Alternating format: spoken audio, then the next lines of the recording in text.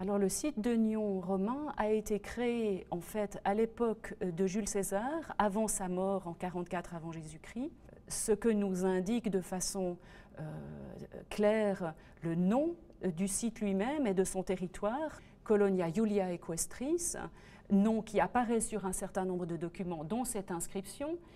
Ici, il apparaît de façon abrégée, comme c'est toujours le cas sur les inscriptions en pierre romaines. Colonia Julia Equestris, on le voit, C-O-L pour Colonia, Iulia, il faut imaginer un U entre le I et le L conservé, Colonia Julia, puis Equestris, donc pour Colonia Julia Equestris. Et on reconnaît dans le mot Julia le nom également de Jules César, qui en latin s'appelait Caius Iulius Caesar. Alors il faut imaginer que les murs maçonnés que les visiteurs voient dans notre musée n'étaient à vrai dire pas visibles à l'époque romaine puisqu'ils constituaient les fondations du bâtiment.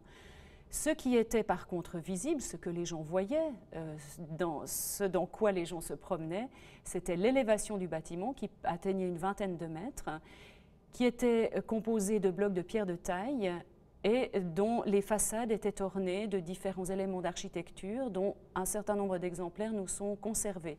Vous les voyez ici, ils comportaient un certain nombre de décors dont la confection a été particulièrement soignée par des artisans venus, semble-t-il, en majorité du sud de la France.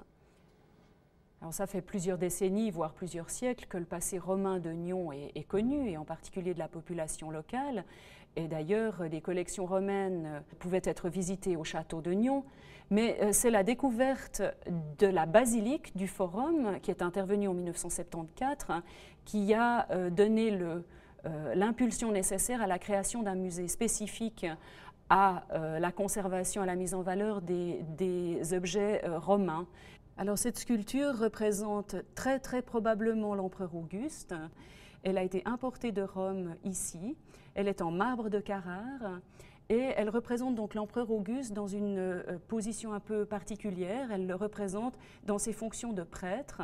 La découverte de cette statue d'Auguste est certainement symptomatique d'une partie de l'histoire précoce du site de Nyon et de sa colonie, car si la Colonia Julia Equestris, donc tout le territoire en fait qui dépendait de la ville romaine de Nyon, a été fondé très certainement à l'époque encore de Jules César, donc avant sa mort, avant 44 avant Jésus-Christ, c'est sous le règne d'Auguste, qui commence vers 20 avant Jésus-Christ, que véritablement la présence romaine ici se fait sentir concrètement et laisse des traces archéologiques que nous pouvons analyser et que nous pouvons constater.